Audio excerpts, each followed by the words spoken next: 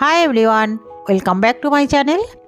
আজ আমি তোমাদের সঙ্গে শেয়ার করব একটিমাত্র উপকরণ যোগ করে কিভাবে বেগুনি থাকবে ঘন্টার পর ঘন্টা মুচমুচে, আর প্রতিটি বেগুনি হবে একদম বালিশের মতো ফুলকো। সাধারণত বেগুনি বানানোর পর ওটা নরম হয়ে যায়, খেতে ভালো লাগে না।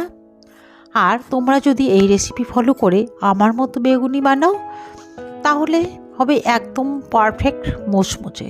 চলো তাহলে দেরি না করে দেখে নেই। একটা মিক্সিং বোল নিয়ে 1 কাপ বেসন নিয়ে নিলাম, আর মেজারিং কাপ মেপেই হাফ কাপ শুকনো চালের গুঁড়ো, আর দিয়ে দিচ্ছি 2 টেবিল চামচ ময়দা। দিয়ে দিলাম স্বাদ মতো লবণ,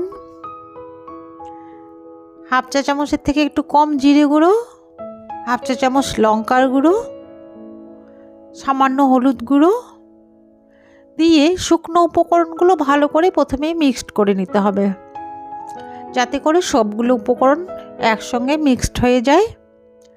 একটা হ্যান্ড হুইস্কের সাহায্যে আমি মিক্সড করে নিলাম। এরপর আমি সাধারণ যে ঘরের তাপমাত্রার জল থাকে সেটা দিয়েই একটা ঘন থকথকে ব্যাটার তৈরি করব। এটা জলটা গরমও না ঠান্ডাও না, অল্প অল্প করে দিয়ে একটা থকথকে ব্যাটার তৈরি করতে হবে। জলটা কিন্তু একবারে দেওয়া যাবে না, অল্প অল্প করে দিতে হবে, না হলে কিন্তু ব্যাটারটা নরম হয়ে যেতে পারে। এবার ভালো করে কিন্তু ফেটিয়ে নিতে হবে, একটু সময় নিয়ে করবেন, ভালো করে ফেটিয়ে নেবেন, তাহলে কিন্তু বেগুনি একদম পারফেক্টভাবে তৈরি হবে। এবারে ফেটানো হয়ে গেছে, হাফ চা চামচের থেকে দিয়ে দিলাম একটু বেকিং সোডা। এটা কিন্তু বেকিং পাউডার নয়, এটা বেকিং সোডা দিয়ে ভালো করে মিক্সড করে নিলাম। আমি আঙ্গুল দিয়ে দেখাচ্ছি কেমন হবে ব্যাটারটা, এই চামচ দিয়েও দেখিয়ে দিচ্ছি বোঝার সুবিধার্থে। চামচের গায়ে একদম লেগে যাচ্ছে, পড়ে যাচ্ছে না, হাত দিয়ে হাতালে একটু দাগ হয়ে আসছে। এটা একটা সাইডে রেখে আমি বেগুন কেটে নেব। এখানে 2টো বেগুন নিয়েছি, বেগুনগুলো ভালো করে পরিষ্কার করে ধুয়ে নিয়েছি। এবার বেগুনটাকে কেটে নেব। যেহেতু বেগুনটা লম্বা, আমি অর্ধেকটা কেটে রাখলাম, এটা একটা সাইডে রেখে দেবো, এটা পরে রান্না করা যাবে। সমান অংশে বেগুন দুটোকে আমি কেটে নিলাম। এবার এটাকে চাকু দিয়ে পাতলা পাতলা করে কেটে নেব।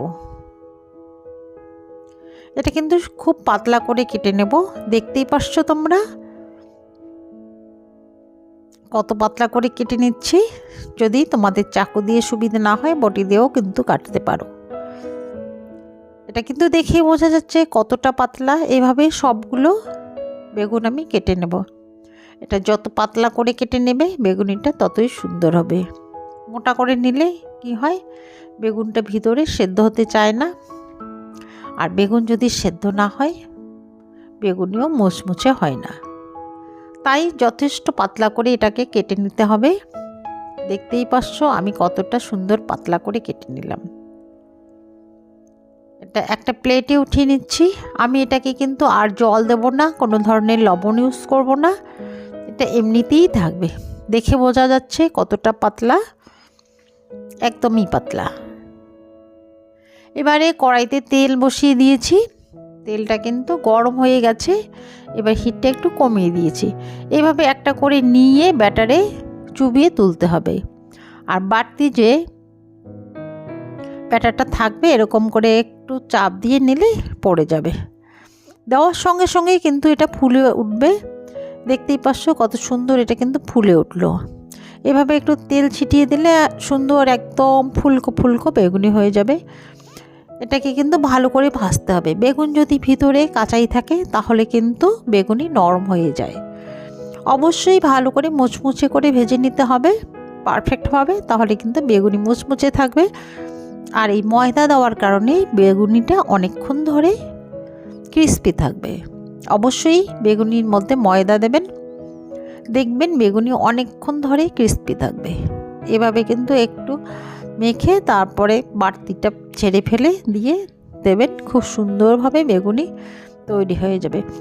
দেখতে পাচ্ছেন প্রতিটি বেগুনি কিন্তু একদম বালিশের মতো ফুলকো ফুলকো হয়ে গেল। এটাতে কোনো ধরনের ঝামেলাই হবে না, নো ফেল। যারা এইভাবে তৈরি করবে দেখবে প্রতিটা বেগুনি কিন্তু ফুলকো হবে। তোমরা দেখতেই পাচ্ছ আমি যে কতগুলো বেগুনি ভেজে নিলাম সবগুলোই কিন্তু ফুলকো হয়েছে, কোনোটাও কিন্তু বাকি নেই। আর এটা হয়েছে একদম মুচমুচে। দেখে বুঝতেছো তোমরা কতটা ফুলকো আর কতটা মুচমুচে।